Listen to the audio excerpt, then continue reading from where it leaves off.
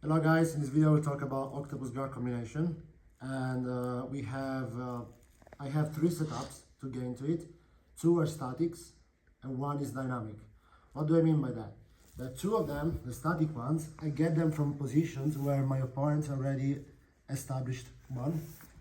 So let's say one can be off guard, where my opponent is in off guard, knees on the floor. And as it gets, like for example, a reverse collar tie or a reverse cross face, then that's the moment where I shoot and get to my octopus position. The other static one is, for example, frontside control, where stay with knees on the floor, where I start cleaning off the cross face. I have inside position with my arms, and once I'm here, then I start going and start attacking. And then the dynamic one is where my opponent is passing side to side, and for a second he's lower and he exposes his back. So for example, I'm here, he tries to kind of go here, exactly this, and as he tries to lower himself, I go here and I start attacking. Okay.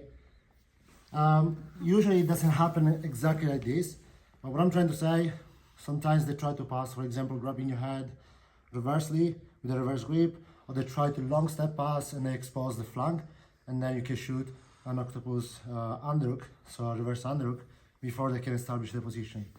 Now, when I get my reverse underhook, so for the octopus guard, I have two ways I go.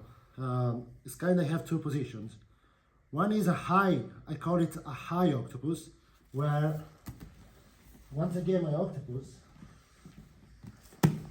I get here, and my opponent is like on turtle with his hands on the floor, and we work from here. We have techniques, different techniques from here that we have from the low octopus. What I call the low octopus is when I put my opponent in a truck position. Here. Okay? And we do different things from there. Now let's look at the high octopus. So when I have an high octopus, once I get my hook, what I try to do is to go to a one knee down position here and open my leg, like so. So if, for example, I catch it from off guard, once I have my octopus and I go up on the knee, I will palm on my foot from inside his legs to the outside, and we work from this position.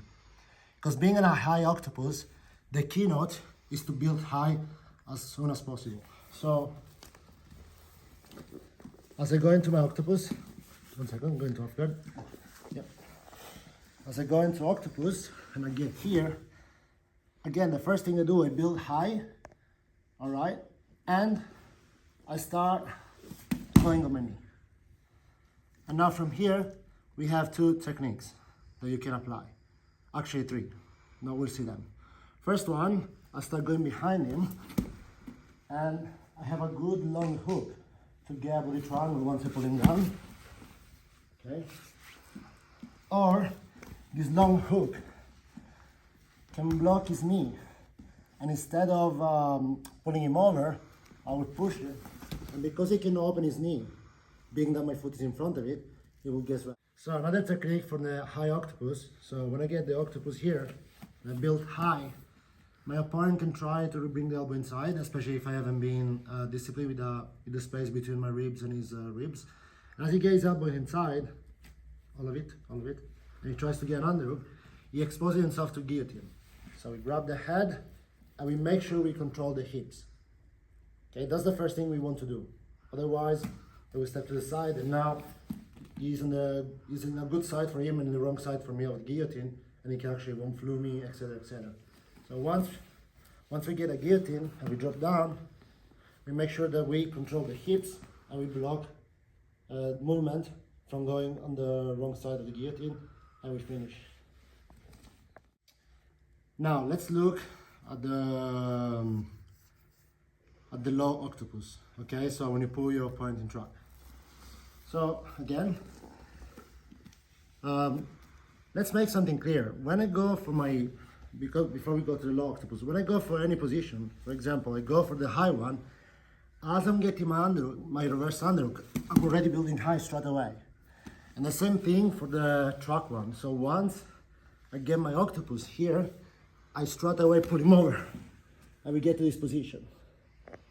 Now from here we can do two different back take. One legged track where this outside leg I bring it inside and we start putting him down to take the back. Once we have a hook on this side, we always want to control the other side to avoid rotation away from us. And the second one is like a double-legged trap. So once I go for my octopus and I'm pulling him over, instead of going into one leg, I like to go to both here and clamp on both of them. So it gives me more control, of course, but also exposes me less to leg attacks in case I fail. Okay? If I have both of them, then I'm less exposed because it cannot isolate my knee and my leg as easy. I can come on top into a smash pass, etc., etc. So we're gonna go through the two octopus, high and low, and the all techniques. The first one is high octopus, where as I go up and build the position I told you about, where my foot is outside, and then from here I can just go for the back, or I can take him to the floor.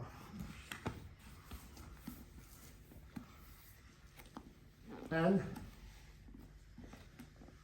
as I said before, if he gets his elbow inside, I can catch his head and have a guillotine attack. Now we can do the low octopus. But again, as I get my reverse underhook, the first thing I do is pull him over. We go for one-legged one, and take his back, or we can go for two-legged one here, and still take his back. Now, let's do some troubleshooting, okay? The things I do in case they try things to block my octopus entries. So first thing I do, for example, when somebody gets a crossface, let's say I got my octopus grip and he puts his hand in front of my face, boom, I'm here like, I got stopped with a crossface. What I like to do, I like to go belly down here, even if it's like pushing. And once I get up, that gives me momentum to bring him over. And usually that crossface will break with the momentum. So let's look at it again. As I get my octopus, get the crossface and don't let go, please. Yeah, you see it's pushing me down. I go belly down. As I get up, that creates a big push towards his hand, where I can now access the octopus guard again. Another thing that you can do when they are blocking you is the knee torque. And that happens when they start putting the hip very heavy, where you cannot create height. So as I have my octopus, this hip gets very, very heavy on the floor, and I cannot get up. So usually what I do, it's like dog fight, for example, start torquing his knee over there, and that will give you the height. From here, of course, you can sweep using the knee torque.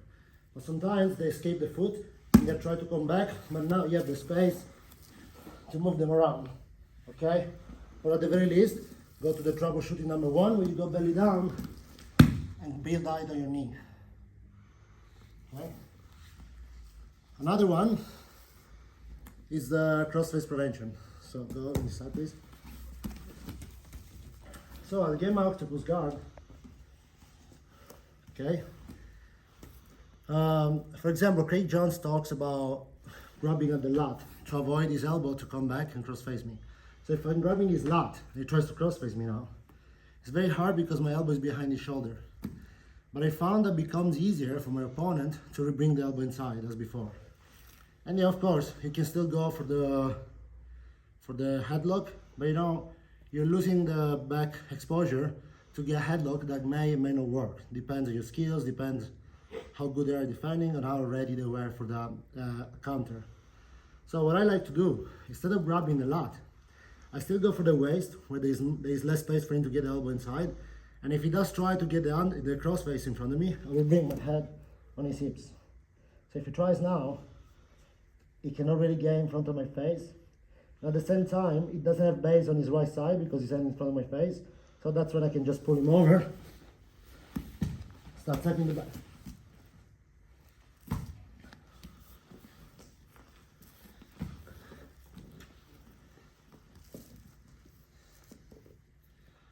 Thank you guys. I hope you enjoyed this video and I hope you learned from it. And if you did, please leave a like and subscribe to the channel. More videos to come.